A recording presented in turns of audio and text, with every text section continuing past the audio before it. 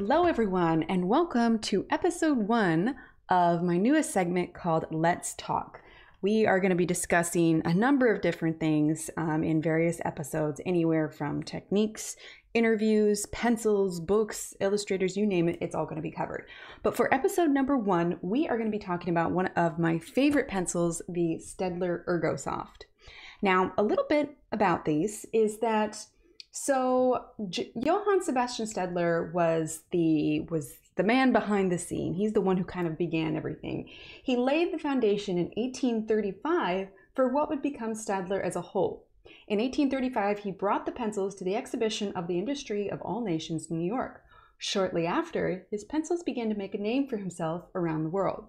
Johann's father, Friedrich Staedtler, was actually a lead pencil maker, so clearly the love of these implements ran in his family.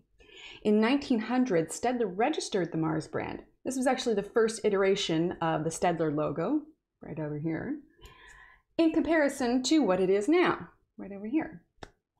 So clearly this has been building for quite a while. They make a lot of different products now. I mean, it goes back so far, which really just speaks to the company itself and how long and how hard they have been working to manufacture a good pencil, a sustainable pencil, because in fact, one of the other interesting things about these pencils is that the wood they are made with actually comes from an FSC, Certified Sustainably Managed Forest. So, bonus points in the book for these pencils for that one. As you can see, I have a number of different cases here, which we're going to go over the different sizes that these pencils come in. We're also going to be talking about some color combinations, some blending. We have a little page we're going to practice on. So let's dive into it. So let's talk a little bit about the pencil itself. First things first, you'll notice that it is a triangular barrel rather than round barrels that a lot of, or even square like the Brunpfenners, but these ones are triangle. And one of the reasons this is a great shape for it because it's an ergonomically shaped barrel. That means it's got the flat sides on all three so that when you're holding it's fairly comfortable. The pencil itself has a coating on it that makes it so you can grip it a little bit easier. You don't have to hold it too tight. The pencil is not going to slide around. I have yet to find any pencil that has a similar kind of coating on the outside, and I find them incredibly comfortable to hold. So, it's nice, kind of soft. One of the other things is this is a wax-based pencil, but if you notice on the inside, you've got the wood here, and then you've got the lead, and then there is this white coating here. The white coating is actually a protective coating that reinforces the lead core and increases the break resistance. So you're a lot less likely to have breakage just because it's got all of this extra support throughout the entire barrel. Now, don't get me wrong, I occasionally do, get a lead that gets broken, whether or not it gets dropped or, it's not indestructible, but it just says something about the company that they go this extra mile to help protect the pencils and, make them last longer, make them not fall apart. There are a number of pencils that have breakage issues, and I haven't had too many with these.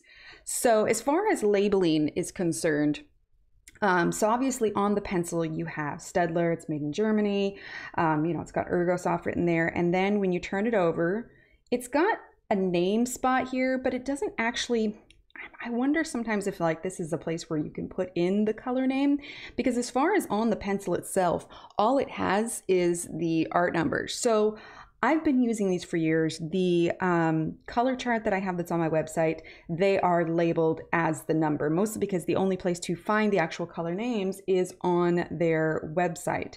So this one here, number 33, is in fact cobalt blue. So it's always been a little bit of a question what their names are, but they are available on the website.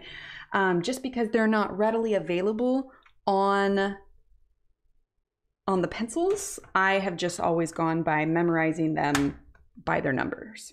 As far as sharpening these go, I do have a Dahl 133 that I use on a lot of my pencils, but most of the time with this one, I use just a small Duohold Staedtler sharpener. You can find this one on Amazon. I will link in the description below. But actually, after speaking with Staedtler itself, they actually recommended a different one, which I haven't used before, and I think I might end up getting it just to see if it is any better, because they specified specifically what kind of angle of sharpener is good for these pencils.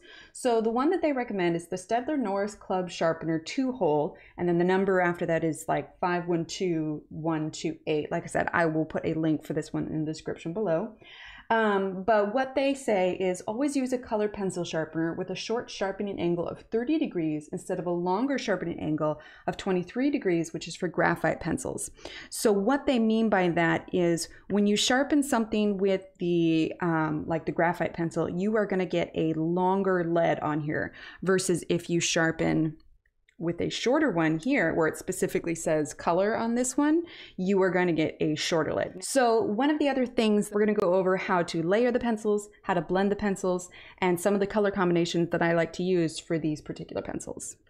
So you saw it at the beginning of the video. This is actually my go-to case for my Staedtlers, mostly because there's no more than 36 colors. And I did ask, there are no plans to release any new colors anytime soon, which I was a little disappointed. I was kind of hoping maybe, because I've always said that I feel like they could switch out some of the colors, you know, like maybe get rid of one or two of the oranges, maybe give us a few more purples. Like that would be, I'd be okay with that. But this pencil wrap was made by a girl from Etsy. Her shop is called A Hum for Hope. I'll put a link in the description below. But I love this one because I can travel with it. It rolls. It's perfect and it keeps everything I need. Plus I have a few extra slots for if I want, you know, like a blender or a white pencil, which I do use a white Prisma fairly often with my Prisma or with my Staedtlers, just because sometimes it's nice to, like, you know, an extra smush factor that you get from Prisma. So I chose this page from Worlds of Wonder, the houses, mostly because I wanted to use these to show you some of the different combinations that I like to use. So before we jump on it, I also have a piece of paper here and I want to show you some of these combinations. So if we're talking strictly greens, okay, in this set, there are 6 greens, okay?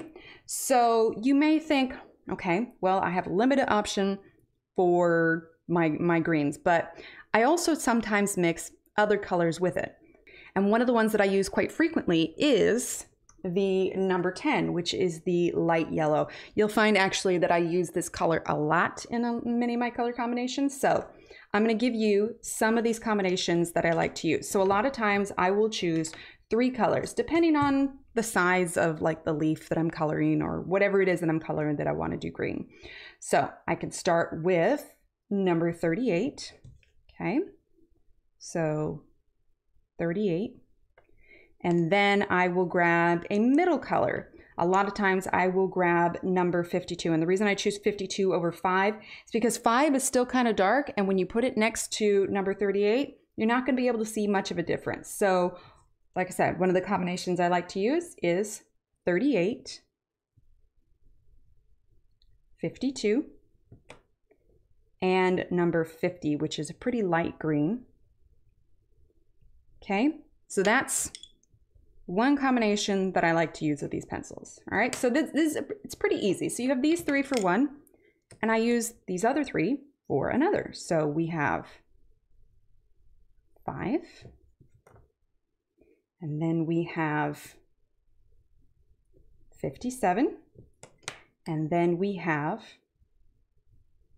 56. Now, depending on how much space you have, you may want to switch these up so that you feel like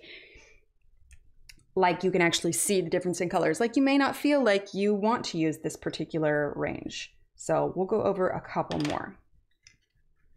Get a little closer in there for you. Okay, so we have our yellow here. So if you're wanting to do, you know, if you got a whole bunch of leaves and you want to fit them all in, you could do something like this. Grab number 52, number 50, and number 10. And we're going to choose one of these houses and I'm going to show you how I blend these greens together. Let's do one more combination, okay? So let's go ahead and use now number 38 again. Okay. And then let's grab number 57 and number 10. Okay. Because of this set, it kind of trained me to always include yellow into my combination. So a lot of times, even if I'm not using Ergosofts, I'll end up using number 10 in it. All right, so we're going to use these 4 combinations and we are going to work on just a side of a house here so we can try it out. Okay, so our first combination, which is 38, 52, and 50. Okay, so 38, we have 52, and 50. Now, I know these aren't leaves, but I thought the house would be a good kind of general way to show you how they can all blend together. Okay, so let's start here. Okay, so we're going to use 38 first, obviously with it being its darkest color.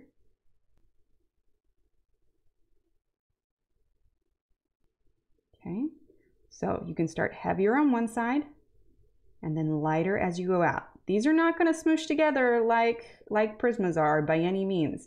You have to learn to use light layers with these. If I were to color really hard, they wouldn't blend very well together. So now that was 38. Now we're going to grab 52. And I'm not just going to start here for adding my color. I'm actually going to go over the 38 lightly. I'm not pressing very hard. You can see I'm holding it back. I'm not really, gripping it. I'm just kind of gently holding it. And because it's a shorter pencil, I have it resting in my palm. Okay, so we're going to lightly cover that. Because what you can also do, if you feel like you want it darker, you can always add another layer doing the same thing that you're doing now. Now we're going to grab number 50. Okay. I'm also coloring in little circles or little cylinders. You'll see that I'm making kind of a cylindrical, I'm not just going back and forth or going up and down. I'm making little circles. And that helps not to get any real hard lines, and it kind of helps blend it all together because no one stroke is going any particular direction. It's all going in circles. So as you can see, it's a pretty clean blend, but still it's a little light, isn't it? So let's grab 38 again. And now that we have our base layer down, we could press just a little bit harder. You don't have to press really hard, but just enough where you can get it feeling like it's at least a couple shades darker. So again, we start a little heavier and we're gonna go lighter as we go on out. That was 38. Now we're gonna grab 52 again. Gonna start back where we were, gonna go over it. And as we reach the number 50, we're gonna go a little bit lighter. Okay, so now we're gonna grab number 50. Now we're gonna do other combinations and then we're gonna talk about shading these greens. If you've been on my channel before, you know a lot of times I tell you that you don't necessarily need black to shade with your colors. All right, so that was 38, 52, and 50. Okay, let's do this panel here and let's do number 5, 57, and 56. Okay, so let's see, this one's 5, 57, and 56. Okay, so let's start here. I always put my darkest color where probably the darkest color would fall based on what I'm coloring. So, clearly this is the front of the house, so odds are there's going to be a little bit of shadow underneath and on the inside. The edge, in my mind, is the lightest part. Now, granted, if you are doing something hyper realistic, you are going to want to take into account where the direction is coming from. But for this instance, for this tutorial, so to speak, we are just kind of in general going dark to light to help with the blend. Now, we're reaching a bit of a challenge here because we don't have just a big open space. We're also having to go around this window. Okay, so that's our darkest color. That one was number 5. Now we're going to go ahead and grab number 57. And just like before, we're going to go over our darkest color. I'm still pressing fairly lightly. I'm not going very hard on it, but enough that this color is coming through. Okay, and again, as we reach out where number 56 is going to go, we're going to kind of slowly fade out our color. Okay, so now we're going to use 56.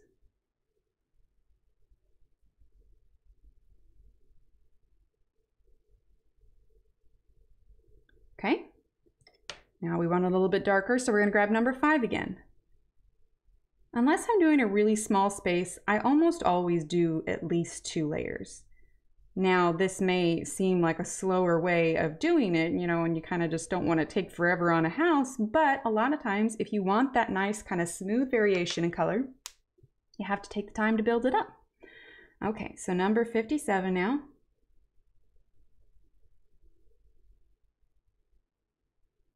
Okay, we're going over the back again. bring it out here. You could even make it a little bit darker on the base. And again, it's all pretty subtle. It's not super dark, but we're going to be adding our own shadows after this, okay? So now number 56. All right, so as you can see, this is clearly a much warmer part of the house than this. Now, when I say warm versus cool, I am talking in sense of the color wheel. So blue would be kind of considered a cool color, yellows would be a warmer color. But then you might say, but Emily, you use a yellow up top and a yellow on the bottom. Aren't they both warm? Not necessarily true. And a big thing that tells difference is your base color. So this is number 38, which is kind of the blue-green of the set. So this is a much cooler green than this is, because these ones clearly have more yellow in them. And it's because a majority of the colors have more yellow in them. I would consider this a warmer green than this one, because this one, the base green, was a blue-green.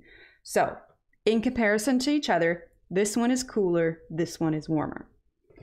All right, so now let's grab a different combination. Let's do number 38, number 57, and number 10. Okay, we're gonna do it on the other side over here. We're gonna do our dark going out to our light on this side too, just so we can show that kind of smooth gradient, okay? So let's start with 38, just like we did on the other side.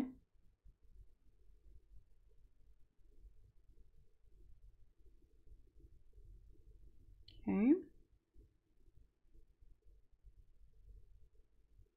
And we slowly fade it out. Remember, you can, if you feel like this part isn't as dark as you like, you can always go back in with another layer. I would say if you're layering, you want a nice smooth blend, don't go in super heavy just to start off with. Okay, now we have 57. We're gonna go over number 38 again. We're going to pass where 38 was. And then we will slowly lighten it, because keep in mind, we're coming in with that number 10, which is a pretty light color, because that is, well, it's light yellow. But because this is such a heavily yellowed green, it makes a nice, easy transition. So this is what I would refer to as the mid color, because that's the one that's going in the middle. So number 10 now.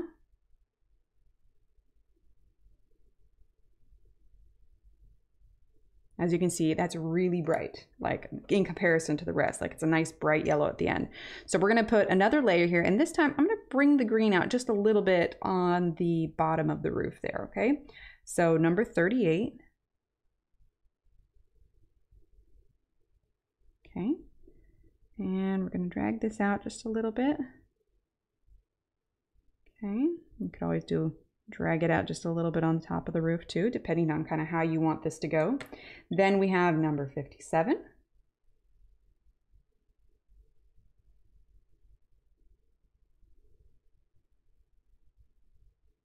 Okay, go over that a little bit. And then number 10. So now you may be wondering, well, she used 38 as a base. So does that make this one a cool one now?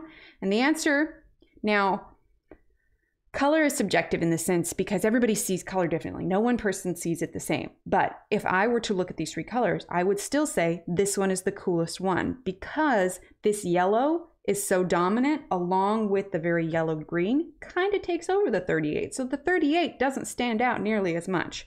Plus, it's also going to change once we add our shading color. So let's do our last green combination on this part of the house here, which was number 52, 50, and 10. Okay? And you can use these green combinations on leaves just the same. There, I have a great video, which I'll put in the description below. It is how to color every single leaf in every Johanna, well, not every single leaf, but basically how to color a leaf in every single Johanna book. So you can take what you learned today with your green combinations, go watch that video, and learn how to color your leaves as well. So let's go ahead and start with 52. Okay, a little bit darker in the corner.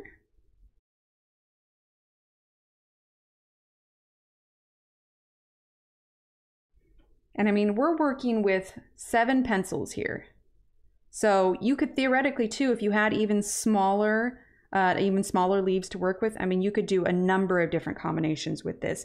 And doing different kind of greens is also going to help to kind of bring your eye around a whole page, so you're not just doing one flat green all the way throughout.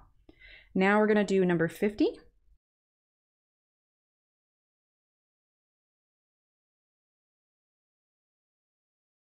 And number 10. There we go. And I'm actually okay with that blend. We can leave that one as is. You can always add a second layer if you want. I want to show you one more color combination that is really going to make kind of the idea of cool versus warm really pop. We're going to color these doors, okay? And we are going to actually add in a blue color. So we're going to use number 38. We're going to use number 35. And we could use number 10, or we could do, yeah, let's do that. Let's do 38, 52, and number 37. Okay, so we're actually going to use this blue as our light color. So let's go ahead and go in with number 38. Okay, we're going to do this door. We're just going to do a kind of nice, simple archway gradient here. A little blend, a little blendy blend. Okay, it's 38. Because when you work with a smaller space too, you need to take into account how much of one color you're adding so you leave room for the other color. All right, now we're going to do 52. Now, if I was coloring this page all the way through, I'm just going to go over these circles, because what I would probably do is use gel pen on these doorknobs, just because they're so small. It's just a lot easier just to use a little bit of gel pen, a little bit sparkly.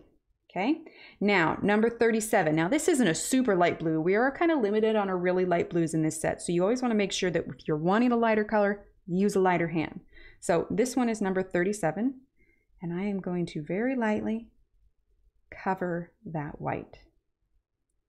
Okay, now what we can do is take number 38. So we filled in the entire thing. There isn't any white exposed. But that blue is so subtle, this is now the coolest green combination in the whole set. Okay, so that one, that combination there was 38, 52, and 37. Okay, so that was that combination for the door. And I will write all these combinations, like I said, in the description below. Okay, so you may look at this now and be like, cool, we're done. This is awesome, ignoring the fact that there's still some white. But if you wanted to take this one step further, one of the things you could do is add a little bit of color variation for shading. Now, like I said, I'm not going to grab black for this. What I am going to grab is a red. Now, the reason I am shading with red over the green, and some of you have been on my channel will know the answer to this, but when I shade, I like to use complementary colors. It's one thing that I remembered from my high school art class, is that my teacher told me that I don't necessarily need to always use black. Now you can't, there's nothing wrong with black. In some instances I do, but a lot of times my default is I am going to use a red to shade my green. Okay, so let's start with this top part here. Obviously we have, you know, some dark areas that would be here. So we're going to use number 23, okay? And we are going to add our red in here. And, you know, you may be thinking, oh, but you're covering up that green. That is true. But what we're going to do is we're going to bring that green back when we're done placing our red. Okay. You could also add a little bit on the edge, on the top. Don't be worried if you go out of the lines. You end up coloring it all anyway, and nobody's scrutinizing you. And honestly, if they come to you and they say, hey, you went out of the line, probably not that nice anyway.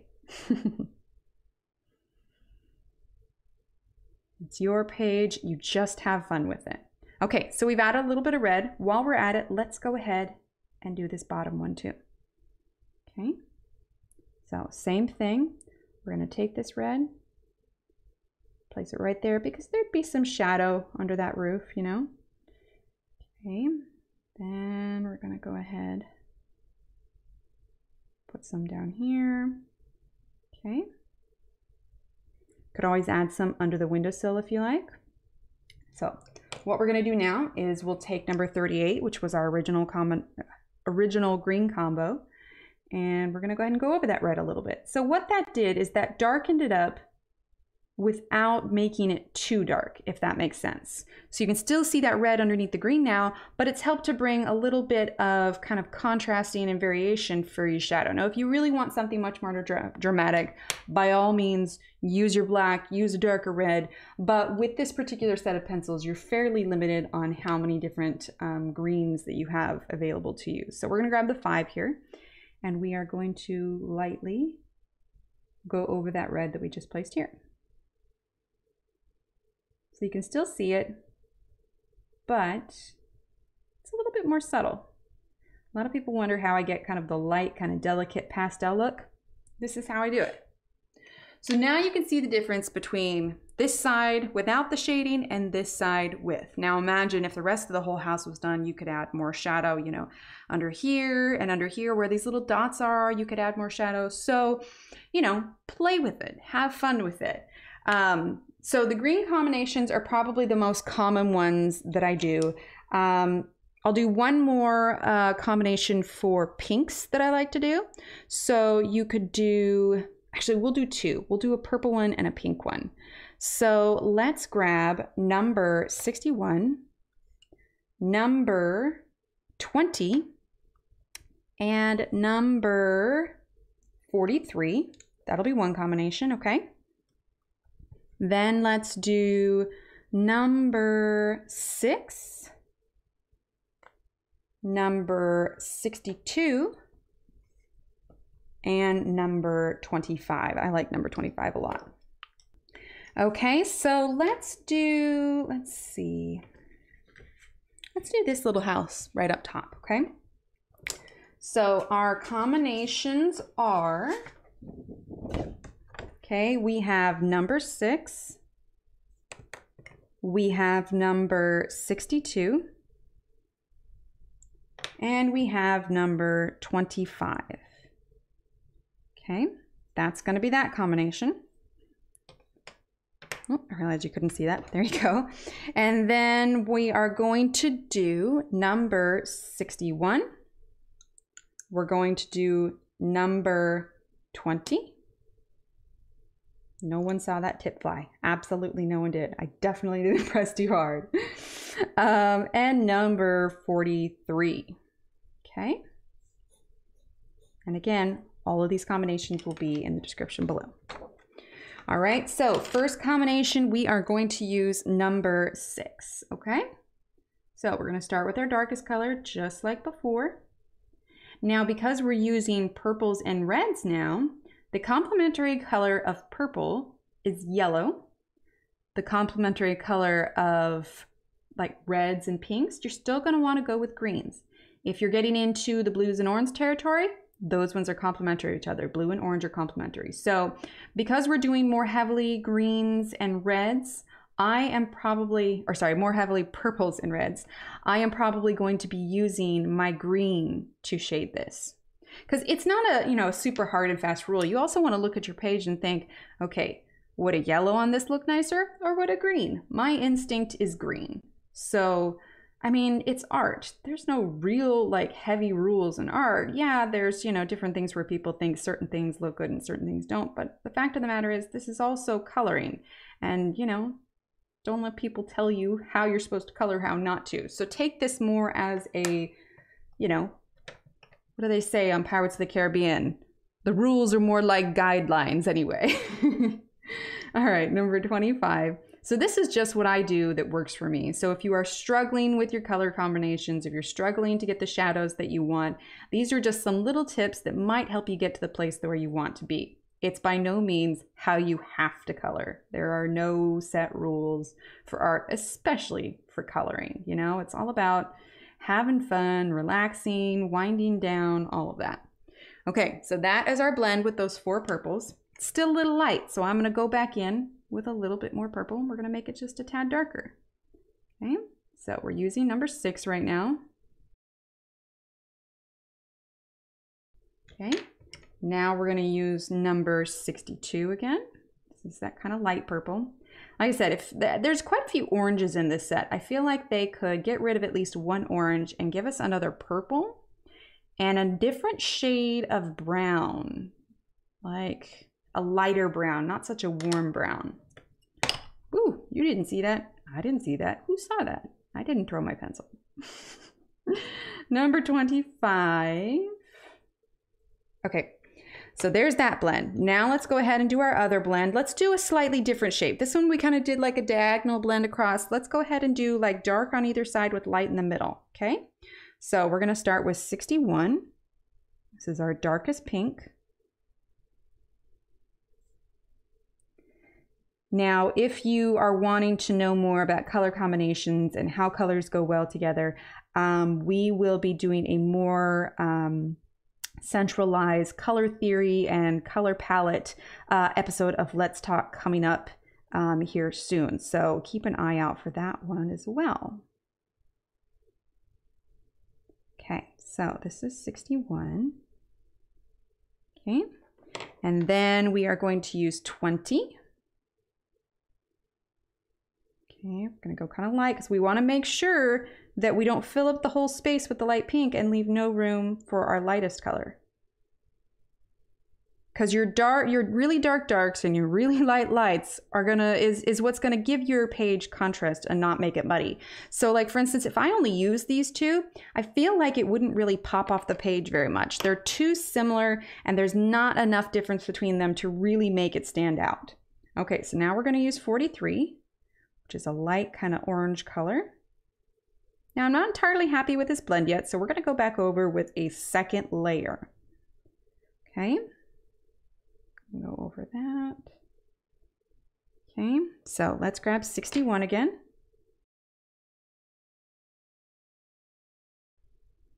Okay, making sure that we can go ahead and go darker on the edges, but we want to make sure that we're lightening the pressure so that we can have less pigment on the paper as we travel outwards. Because if there's any harsh lines, you're going to lose that ability to blend your two colors, especially when you're doing a very dark color and a very light color right next to each other. Okay, now number 20. Okay, go real light. Just enough to kind of bridge the gap between the pinks and the light orange. Okay, now we're going to use our orange again. Go over the middle. I'm going to go over our pink with the orange. And now I've got a blend that I'm pretty happy with.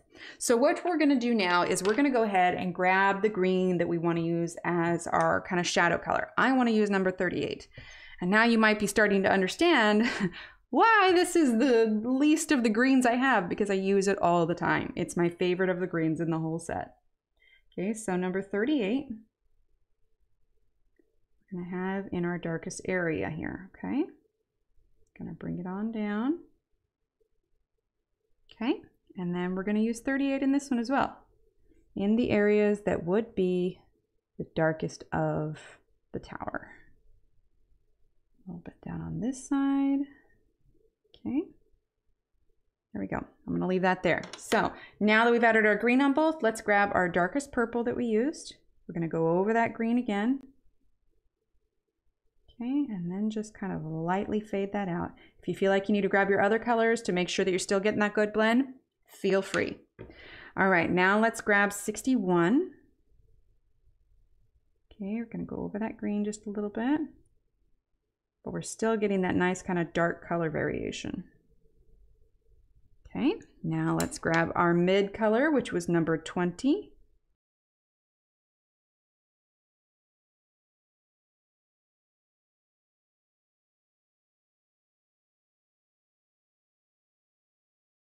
And let's get our number 43, okay? Now, you could always add some darkness kind of on the bottom where you know, it would be dark at the base, but you know, you can roll with it. Now, suppose you have pressed a little bit too hard, or it's too dark, or maybe you just want to get rid of the tooth on the paper. This is where I would use something like a white. Yeah, actually, that one's really short. We're gonna grab a longer white here. Okay, so this is a Prisma white. You could use, you can use other blenders on it, but sometimes I like to lighten my colors and I like to smooth out my colors. So, you know, I'm not entirely happy with this blend. I feel like it could be smoother. And maybe, let's say it's a little too dark, okay? So I'm gonna grab my white now, and I'm gonna start in the darkest area. And again, I'm just doing little circles, okay? And I am going to, as our friend Colorfully Optimistic likes to say, I am going to smoosh. I am going to use the Prismacolor, which is a very soft wax pencil, and I'm going to use it to kind of just move the pigment around, kind of smush it around. Okay. Now what I've done is I've kind of lightened the color a little bit and I've smoothed out the blend. Okay, let's go ahead and do it on this one too. So we're going to use the white. We're going to do little circles. Now keep in mind, it is going to change your color a little bit. So that is something that you need to remember, but it does smooth it out. So a lot of times if I'm coloring something like in the Johanna books, there's some pages that have like parchment. And so I'll use a combination of the browns and then I will use the white over it because it helps to kind of lighten it a little bit and make it not so yellowy. All right, let's see. Normally, if we were live, my instinct was just about to ask you, do you want to go ahead and add white to the greenhouse? And then I would wait for a response, but we're not live. We are doing pre-recorded. So I'm going to go ahead and roll with it. We are going to add some white to the greenhouse. So let's do the bottom one, okay? So you can take your white, like I said, just going in your circles. Follow it on up. Keeping in mind that if you get this white pencil on the lines, you're gonna kind of gray them out a little bit. So it'll be kind of noticeable where you put your white. So you could always like go back over your gray, your black lines if you want, or just roll with it. Okay, so now you can kind of see the difference between the greens and how we've smoothed it out. So if you are wanting to add some variation in your Ergosofts, I highly recommend getting some white Prismacolors to help you kind of blend it. You can also use the Caran d'Ache blender, which will also be linked. It is the #1 blender that I recommend for everything. However, it's not going to have the same effect that the white is. The white not only kind of smoothed out the colors, but it also lightened them. A lot of times this blender can kind of brighten your colors. So what we're going to go ahead and do is we are going to use this on the top part. Now, if your blend between your darker colors and your lighter colors aren't as smooth, it's going to stand out when you use this. All right, so let's go ahead and check and see how my blends work. As you can see, it's kind of darkening up the color a little bit. Still using those circles. Okay, we're gonna bring this down across that pink. And we're gonna continue to blend. So what this did is this kind of upped the vibrancy on it. You can really tell the difference between this one where it's lighter versus this one where the vibrancy is a little bit more. Now, this probably isn't as smooth as I would have liked. So if you wanted to, because this is a wax-based blender, you could always take your white and go back over the top of this one. And it kind of smooths out where maybe there were any hiccups. Now, keeping in mind, you're losing some of that vibrancy because you're adding white on top of it. But if you ever need a white for any kind of blending or smooshing, the Prisma white is what I recommend. The Caran d'Ache Luminance whites are good, but they're twice the price of it. So these are much more cost effective. All right, so that was 7 different combinations of greens and you got a little bit of pinks there to work with. So play around with some of your combinations that work. I like to use the yellow as kind of like a highlight color. So find what works for you and feel free to write down your combinations to see which ones are your favorite. Okay, the last thing I wanted to go over was where you can find these and the different sets that are available. Currently on Amazon, there's a couple of different sets, but the ones you are most likely to find are going to be the 12 set, the 24 set, and the 36 set. If you go on Staedtler's website, it'll be linked in the description below. You will find that they have other ones. They've got some jumbo sets, they've got some 18 count sets, but not everything is available everywhere. So these ones are the easiest to get your hands on. So in terms of pricing, the 12 set is going to come to $19.50.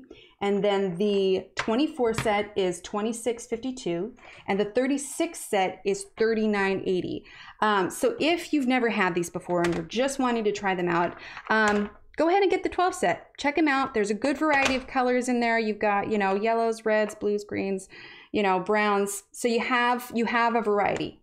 that being said, if you know that you like them and you don't have the 36 count set, this is the one that I would recommend.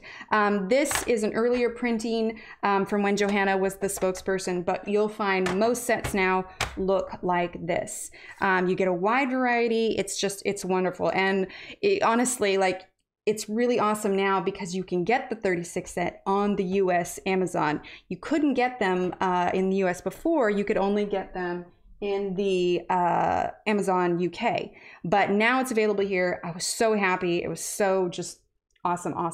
Like I said, everything is going to be linked in the description below, so feel free to check that out. That's going to be it for today. We have so much more coming up soon. I can't wait to share more with you. Like, it's just going to be, we're going to have, you know, more tutorial style things. We're gonna have some interviews, so loads of stuff going on. But before I go, I just want to say a thank you to the community, because it is all of you that has inspired me to move forward and keep creating this content. You know, we've been doing our regular live streams, but I just wanted to bring something more. So these Let's Talk episodes are going to cover everything, like I said, from interviews to tutorials to just, you know, more in-depth information than I have the opportunity to give you during a live. I love all the chatting. I love talking with you all, but this is going to be something a little bit different so that, you know, there's a little bit of something for everyone. So, I mean, it's just the coloring community as a whole is amazing, and they're so supportive and so awesome. And it's just been, the last couple of years has been a wonderful experience doing this. So I'm super excited to just be doing more and to bring you more things. So currently we are live streaming, like a regular schedule is going to be Mondays and Fridays at 8:30 p.m. US Central Time. And now our Wednesday streams are going to be starting at 10 a.m. US Central Time because of my kids' school schedule. So keep an eye out for that. If you're new here, thank you for being here. Thank you for checking this out. Be sure to hit that subscribe button. Turn on your notifications for when we go live, when we have new uploads, everything. There's just so much more fun stuff coming along, and I can't wait to share it with you all. So I will see you all a little bit later, next episode, next live stream. But in the meantime, stay healthy, stay safe, and I'll see you later. Bye.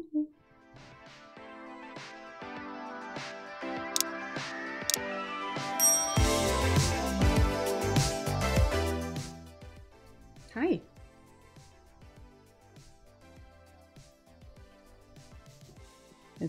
Are you hanging out? Are you doing this with me? Is that what's happening here? You just chilling here? You know, I'm trying to film a video about these pencils. Could you offer some assistance?